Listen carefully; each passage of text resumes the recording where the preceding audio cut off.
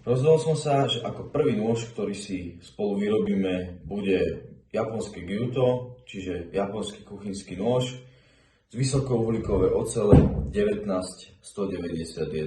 Takže poďme na to.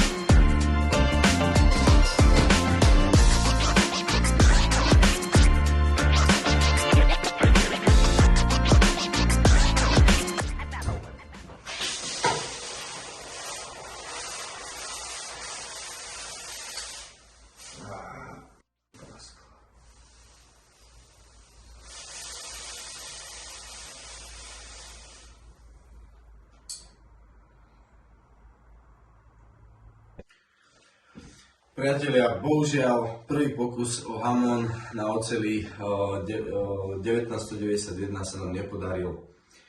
Síce nám vyšla krásna kresba, ale máme tu 3 veľké praskliny. Čiže nezostáva nám nič iné, iba znovu odrezať kus ocele, vykuť to a znovu zakaliť, takže poďme na to. Takže máme tu novú čepel, vykutú, vybrúsenú a vyžihanú. A je čas na namiešanie novej zmesi na vytvorenie línie Hamonu.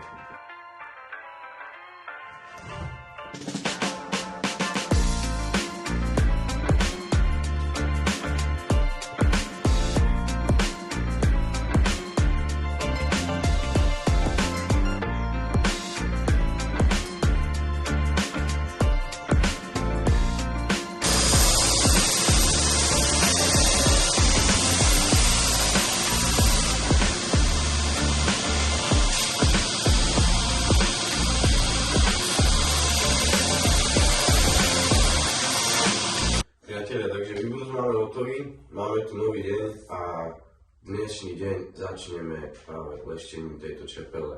Takže poďme na to.